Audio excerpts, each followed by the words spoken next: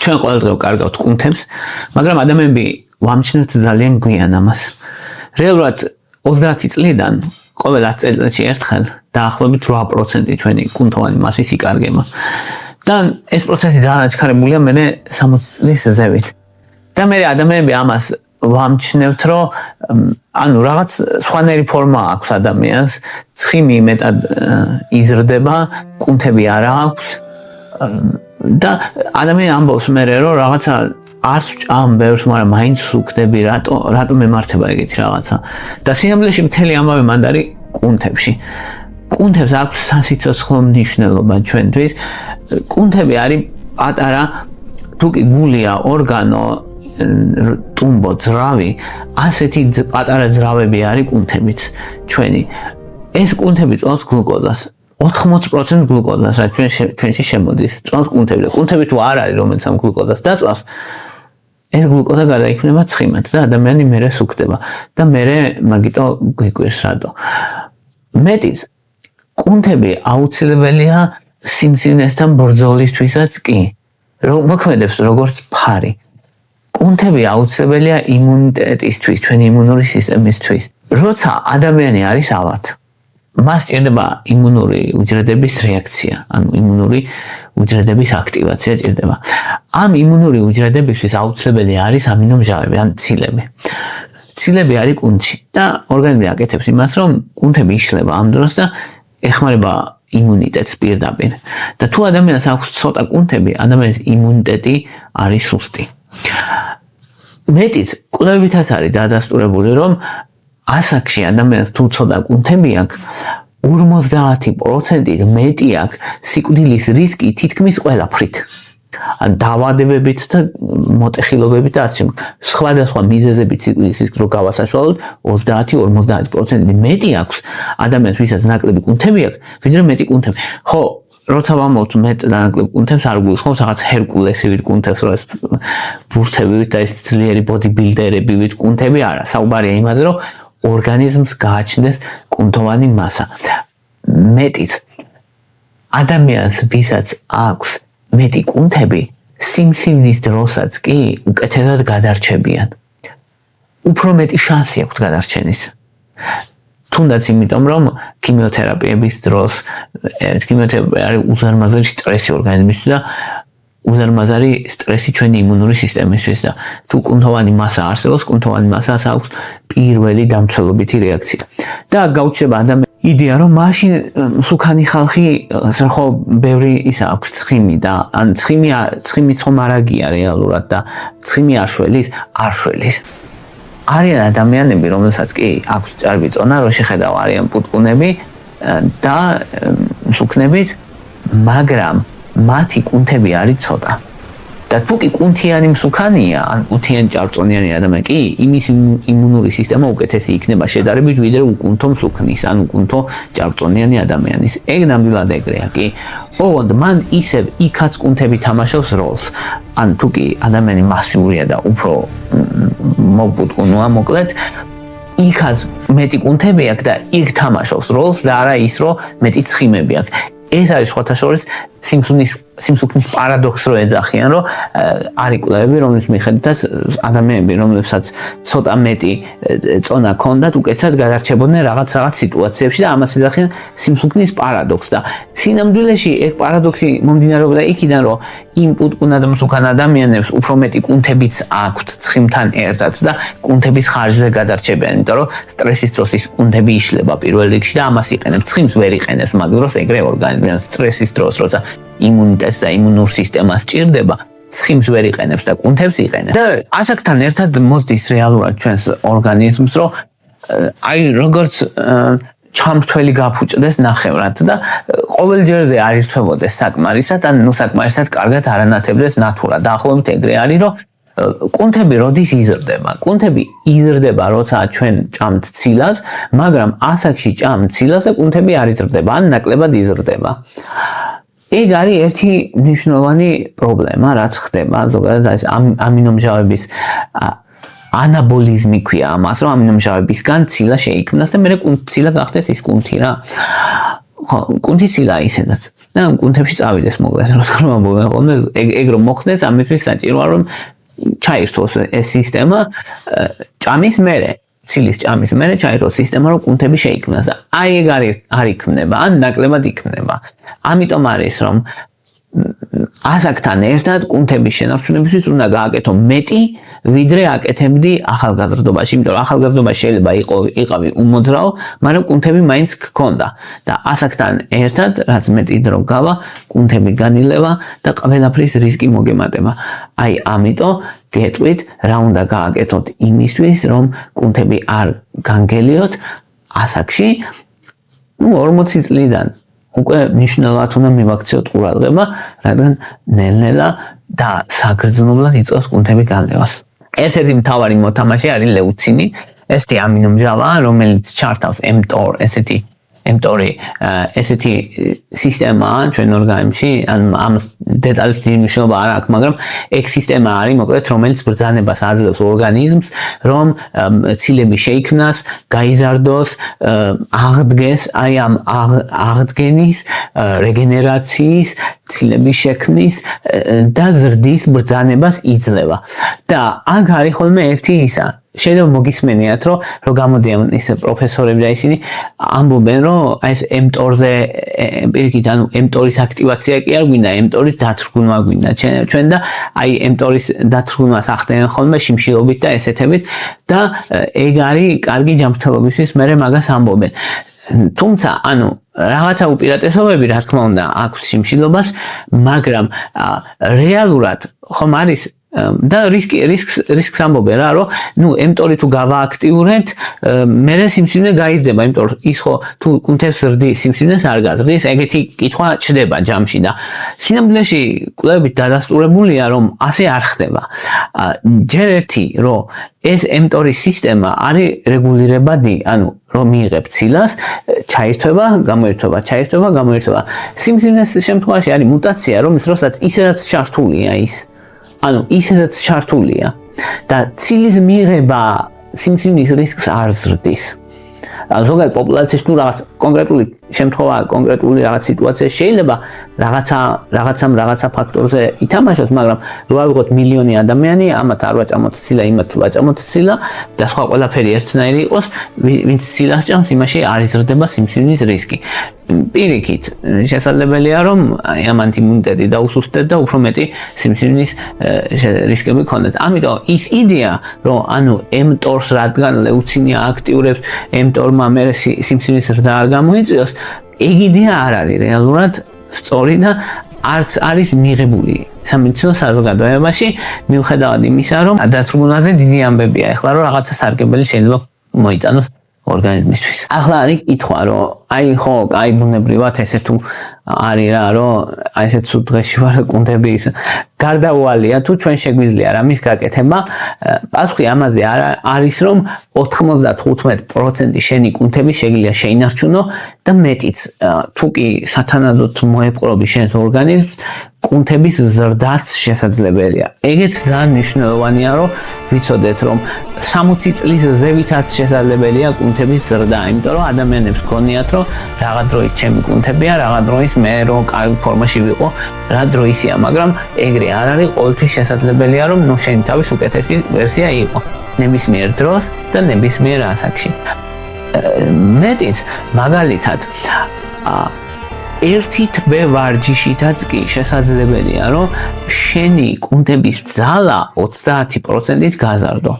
და ნუ მეტიცაც შესაძლებელია 70% გაზრდა დროთა განმავლობაში, მაგრამ საუბარია იმაზე, რომ ადამიანები, რომლებიც ამბობენ, რომ იცი კუნთებში ძალა არ მაქვს, ფიზიკურად არ ვარ აქტიური, ფიზიკურად სუსტი ვარ, კი ვარჯიში გიშველის.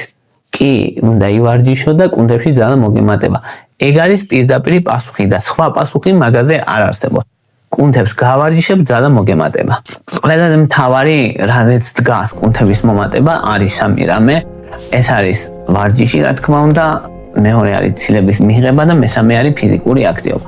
ვარჯიშზე როცა ვსაუბრობ ძალისმიერ ვარჯიშებზე, ცილების მიღებაზე როცა ვსაუბრობ საუბრობთ, რომ თითო ჭამისას დაახლოებით 25-დან 35 გრამი ცილა მიიღოს ადამიანმა, ცილა სხვადასხვა საკვებით ვიღებ და ვიტყვით, რომელი საკვებით და ასაკთან ერთად უფრო ნაკლებად ითვისებს აი ამ ცილას ორგანიზმიდან კუნთები ყოველ შემთხვევაში ორგანიზმი შეიწოვს იმ ცილას, მაგრამ კუნთები ნაკლებად ითვისებს და ამიტომ ცილის მიღება მნიშვნელოვანია.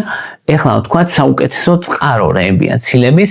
პირველი არის კვერცხი, ოღონდ კვერცხზე მაქვს კიდევაც ვიდეო, რომ ანუ ბევრი კვერცხი დღის განმავლობაში ჰიპერრესპონდერებს, ვისაც ქოლესტერინის რეაქცია აქვს კვერცხზე, იმათვით არ არის მისაღები, მაგრამ თავის დაზღვევის მიზნით შესაძლებელია, რომ ერთი კვერცხი ჭამო მთლიანი და მეორესი მარტო ისა თეთრი ცილა რო ჭამო, ეგ არის 20 ცილას რო ეძახიან კვერცხზე, კიდე სასცილოა, იმიტომ რომ იმ ყვითელში შედის ცილა საკმაოდ დიდი რაოდენობით, ყვითელ ნაწილში მარტო თეთრში არ შედის შესაბამისად, მაგრამ თუ ქოლესტერინისგან თავის არიდება გინდა, მაშინ თეთრი ნაწილის ჭამა შესაძლებელია და მაგალითად დილით რომ ორი ცალი ესეთი კვერცხი მიიღო, ერთი მთლიანი და ერთი ცილა მიიღო, დაახლოებით 18-21 გრამ ცილას მიიღებ და უკვე მეორე კვერცხს თუ შეჭამ, უკვე აი მზღვარს მიარტყავ რა, რომელთაც დილის დოზა ცილების მიღებული გექნება.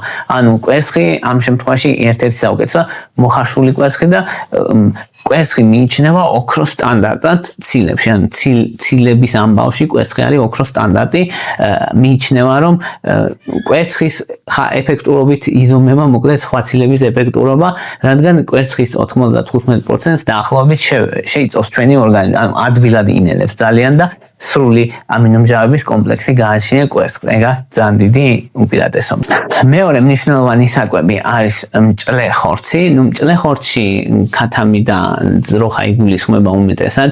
ანუ ღორიც ცუდი არ არის, უბრალოდ ღორის ხორცი ხშირად უფრო მეტად ცხიმიანია და მე ნაჯერ ცხიმას იღებ. ეგ არის უფრო მთავარი პრობლემა. 100 გრამზე ეს მჭლე ხორცი ძირითადად 25-30 გრამ ცილა შეიცავს, რაც ბევრია და შეიცავს კრეატინს, რომელიც მნიშვნელოვანია კუნთებისთვის, ATF-ის პროდუქციისთვის და უკეთესად მეტი ძალა გაქვს, უკეთესად ვარჯიშობ და უკეთესად იზრდება კუნთი კრეატინის გამო. ამიტომ კრეატინი გაგიგიათ რომ სვამენ ხოლმე, ხო კრეატინს როცა ამბობ, ადვილია რომ თქვა კრეატინინი, ეგ სხვა რამეებია, ანუ კრეატინის მეტაბოლიტი არის კრეატინინი, კრეატინის განსაზღვრა სისხლში რომ თირკმლის ფუნქცია შეამოწმონ და კრეატინი არის, რასაც ვიღებთ იმისთვის რომ კუნთებმა კარგად იფუნქციონიროს, როცა და თუ ეხლა სპორტულ დონეზე არ ვარჯიშობ და სპორტსმენი არ ახარ და ბოდიბილდინგი, მაშინ კრეატინი ზოგადად არ არის საჭირო ეხლა ჩვეულებრივმა ადამიანმა მიიღოს, მაგრამ კრეატინის მიღება ჩვეულებრივი ხორცის სახით ძალიან კარგია, იმიტომ ხორცით შეიცავს და მნიშვნელოვანია, ასტიმულირებს კუნთების ზრდას, მნიშვნელოვნად 10-20%-ით მეტად, ანუ ხორცის ჭამას, ამიტომ აქვს მნიშვნელობა, რომ ხორცის ჭამა უკეთესად ასტიმულირებს კუნთების ზრდას. მესამე მნიშვნელოვანი საკვები არის თევზი. თევზიდან, არა ძალიან დიდი თევზები, ორაგული და ორაგულზე პატარები ჯამში კარგიან, რაც უფრო დიდია, უფრო შეიძლება მძიმე მეტალები ქონდეს მეტი და ამ კუთხით არ არის ვერცხლის წყლით მოწამვლის ამბებია და ამიტომ რომ დიდი თევზები ძალიან სასურველი არ არის და ომეგა-3 შეიცავს ასევე თევზი, ამ ხრივაც კარგია, ანუ ცილებსაც შეიცავს და ომეგა-3 და ომეგა-3 ასოცირებულია 10-15%-ით გაუმჯობესებელ კუნთების სინთეზთან, კუნთების სინთეზს აუმჯობესებს. მეოთხე მნიშვნელოვანი საკვები არის რძის პროდუქტებიდან განსაკუთრებით ბერძნული იოგურტი და ხაჭო და შეიცავს კაზეინს და კაზეინს ის აქვს, რომ კაზეინი მოინელება ნელა, ანუ ნელი მონელების ცილა და ნელი ამ შემთხვევაში კარგს ნიშნავს, იმიტომ რომ საღამოთი თუ შეჭამ, თუ დაასრულებ საღამოს აი ამ ბერძნული იოგურტით შედეგი ის არის, რომ მთელი ღამის განმავლობაში, როცა მნიშვნელოვნად ამინომჟავები ჭირდება ორგანიზმს, აი იმ ამინომჟავებს იღებ, როცა გჭირდება ყველაზე მეტად. და ამიტომ არის, რომ ხაჭოთი ან ბერძნული იოგურტით დღის დასრულება ძალიან კაი აზრია. ბერძნული იოგურტს როცა ვამბობ, გულისხმობ უშაქროს, რა თქმა უნდა, და ტკბილის გარეშე და იმების გარეშე. თორემ მე შაქრებს იღებ ადამიანი ბევრს, რაც სასურველი არ არის, თუმცა იმას რომ თუ კი ჯამში კალორიულობაში ჟიზებით, კალორიებაში არ მიიღებას ჯობია რომ თუნდაც ტკბილი მიიღო, რომელიც ცილებს შეიცავს. და მეხუთე მნიშვნელოვანი საკვები არის პარკოსნები, პარკოსნებიდან ლობიო და სხვა პარკოსნებიც ასევე. აქ არის ერთი მნიშვნელოვანი, რომ პარკოსნები და ასეთი მცენარეული ცილები არ შეიცავს სრულ ამინომჟავებს, ვინაიდან ეს სრული პროფილი არ აქვს კუნთის ზრდისთვის, ეგ პრობლემაა და ამიტომა რომ უნდა გააკეთო თუ პარკოსნებს იღებ და პარკოსნებით გინდა მიიღო ცილები, უნდა დაუკავშირო მარცვლოვან საკვებს, მაგალითად პურთან ერთად უნდა მიიღო ლობიო, მოკლედ და ამ შემთხვევაში არის ეფექტური, ეგ არის ამ კუნთების ზრდას ეხმარება, იმიტომ რომ სრულ ამინომჟავების კომპლექსი იღებ და ქართულ ამბავში რეალურად ძალიან კარგად არის, რომ პურის მიყოლება ვიცით ყველაფერთან, ხო, ბევრი არ არა, თქმა უნდა, ცოტა უნდა მიაყოლო, მაგრამ კარგი ის არის, რომ მცენარეულ ცილებს როცა აყოლებ პურს, სრულ კომპლექსი იღებ ამინომჟავებისას და მაშინ როცა იმ პერიოდებში განსაკუთრებით როცა ადამიანებს საკვების პრობლემა ჰქონდა და ისა ხორცი და სად იყო, ხო, ჰქონდა საქართველოს პერიოდები, როცა ეს ბოსტნეულზე იყო ხალხი ძირითადად და მაგ შემთხვევაში ცილების წყარო იყო და ბავშვებისთვის ძალიან მნიშვნელოვანი იყო. შესაბამისად, იგივეა ასევე მაგალითად ძალიან მნიშვნელოვანია რომ ეს ცილები მიიღო დღეში 3-ჯერ, რადგან კუნთების სინთეზი ცილების მიღების შემდეგ რამდენიმე საათში აქტივდება, წყდება, ესეა. ანუ საკვებით ცილას მიიღებ თუ არ მიიღებ, მაგას აქვს მნიშვნელობა კუნთების ზრდისთვისაც და განლევისთვისაც. იმიტომ რომ ერთხელ დღეში ცოტა მეტი ცილის მიღებას ჯობია რომ დღეში 3-ჯერ შედარებით ნაკლები მიიღო, თუნდაც კუნთებისთვის ძალიან მნიშვნელოვანია და ასევე უნდა ვიცოდეთ რამდენიმე კომბინაცია, როცა მცენარეულ ცილას იღებ, რას უნდა დაუკავშიროთ იმისთვის, რომ სრულფასოვანი ამინომჟავების კომპლექსი მივიღოთ და კუნთის ზრდა მოხდეს. ძალიან მნიშვნელოვანია ეს. მაგალითად, იგივე ლობიო და პური, ოსპი და ბრინჯი. ეს ოსპი მდიდარია ლიზინით მაგალითად და ბრინჯი მეთიონინით, რომლებიც ამინომჟავებია და ანუ ერთს ერთი აკლია, მეორეს მეორე აკლია. შესაბამისად, ერთად სრულ კომპლექსს იღებენ და მაგალითად 200 გრამი ოსპი, 100 გრამი ბრინჯი უკვე 25 გრამ ცილას იღებ, რაც შენი იმ დროინდელი საკვებისთვის საკმარისია, რომ ჯამრთელად იყო და საკმარისი რაოდენობით ცილები მიიღო. ასევე ერთ-ერთი ცნობილი კომბინაცია არის მუხუდო და ტახინი, სეზამის პასტას ეძახიან კიდე. იგივე, ანუ სრული კომბინაცია მიიღება, მაგრამ თუ ერთად იღებ ცილების და ამიტომ სრულად იღებ. კიდე ერთი ძალიან მნიშვნელოვანი ქართულ რეალობაში კომბინაცია არის შვრია და რძე.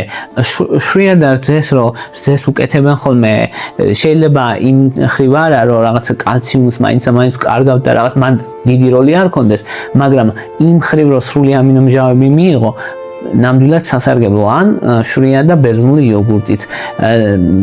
რატომ? იმიტომ რომ ლეუცინს უმატებ და მნიშვნელოვანია და შვრიაც შეიცავს, რა თქმა უნდა, ცილებს. ასევე ლობიო და იგივე სიმინდი, ეს კომბინაციაც კარგია, ანუ ამ შემთხვევაშიც სრულ და მით უმეტეს ტრადიციულ დიეტებში არის ხო სიმინდის რას ვაკეთებ ხოლმე ხომს და რაღაცებს და ან ჭადებს და ლობიო, ჭადი და ლობიო კიდე ეს არის ხო გულის გადამრჩენელი იყო. შესაბამისად, ნამდვილად აქვს მნიშვნელობა კომბინაციებს და ესეც მიუთითებს ადამიანები ჯამში ადამიანი ჯამში ბრძენია კაცობრიობა, რომ რაღაც ბუნებრივად ისე მივიდა იმ კომბინაციებამდე, რომ აკვირდებოდა, რომ აი მას ვინც ჭამდა, ის უკეთესად ცხოვრობდა და მერე გაჭირვებაშიც კი რაღაცა ისეთი ოპტიმალური კომბინაციები გვაქვს ნახე, თუნდაც ის ჩვენ რო ის პურის მიყოლება ვიცით და ან სიმინდის მიყოლება ვიცით ხოლმე რაღაცებზე იმება ბრინჯი იციან ჩინელებმა და ესე ადამიანები მივიდნენ ოპტიმალურ გადაწყვეტას. და ახლა ვთქვათ ვარჯიშების შესახებ. პირველი უნდა ვთქვათ, რომ ვარჯიში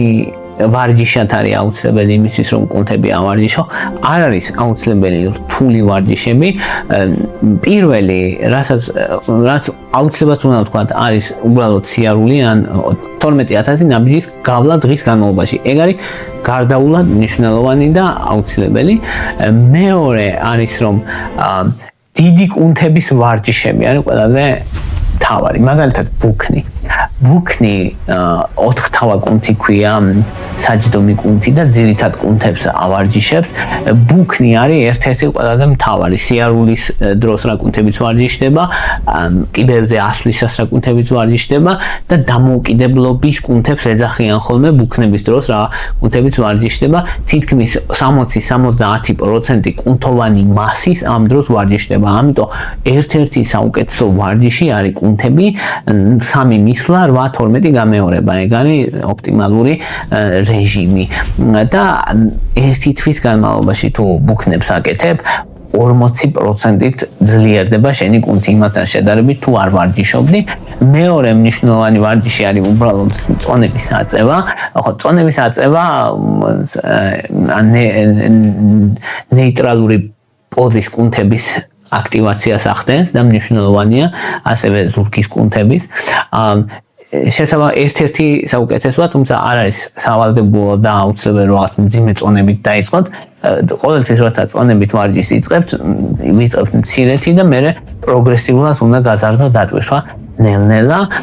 მესამე მნიშვნელოვანი ვარჯიში არის push მოძრაობებს რო ეძახიან push არის მაგალითად ერთი არის აჯიმანიებს რომ ეძახიან მეორე არის რომ აი დაწვევი და რაღაც ეს შტანგას რო წევ და ეს მოძრაობები მხრებისთვის და ტრიცეპსებისთვის არის ძალიან მნიშვნელოვანი და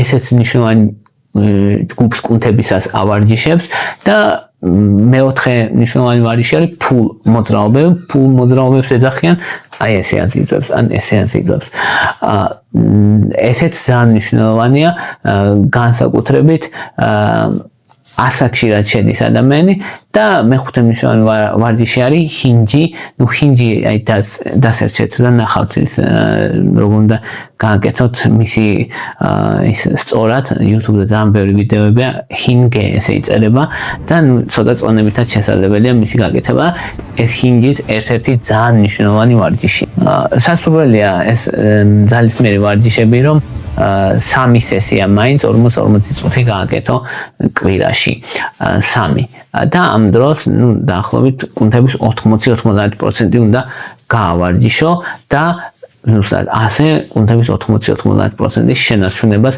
შეძლებ ასაკშიც კი ნუ 2-4 მისვლა 8-12 გამეორება ეგ არის ოქროს სტანდარტი რაც ძალისმიერ ვარჯიშებში გამოიყენება რაც შეეხება პროტეინებს და ცილებს ცილები პროტეინების მიღება ხვნილებზე მაქვს საუბარი ხო ნუ მდიდარია ლეუცინის კონტენტით და ვინც ვარჯიშობს იმისთვის ძალიან პრაქტიკულია და კუნთების ზრდას იწვევს 30%-ით როცა რეზისტენტულ ვარჯიშებთან არის ასოცირებული შესაბამისად ნუ ნამდვილად კარგია თუმცა მაგია არ არის უბრალოდ მოსახერხებელია როცა ცილების ტყვებას ვერ ახერხებ ცილის მიღება ამ ხრივ მოსახერხებელია თორე ისე ჩვეულებრივ საკვებითაც შესაძლებელია ამიტომ ორივე ვარიანტი რეალურად შესაძლებელია ცილა ფხვნილთაც მიიღო და საკვებითაც მიიღო ხარისხს ძალიან დიდი მნიშვნელობა აქვს რა თქმა უნდა რადგან დაბალი ხარისხის პროდუქტები შეიცავს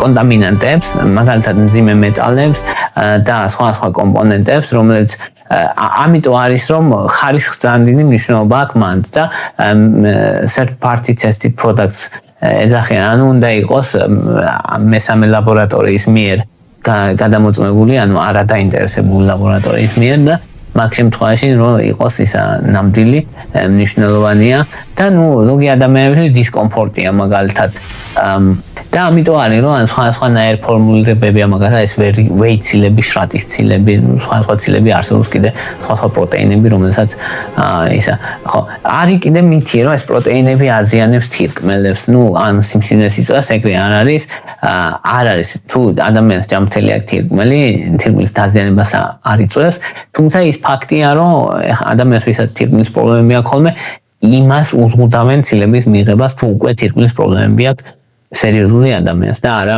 თუ ჯანმრთელი ადამიანი. რაც შეეხება იმას, რომ mTOR-ს აქტიურებს თუ არა, ხო, ცილა აქტიურებს, მაგრამ ეს ფიზიოლოგიური პროცესია და არა კონტროლირებული, ან სიმსივნის ამბებშიც, ამიტომ არ არის სიმსივნის რისკს არ ზრდის.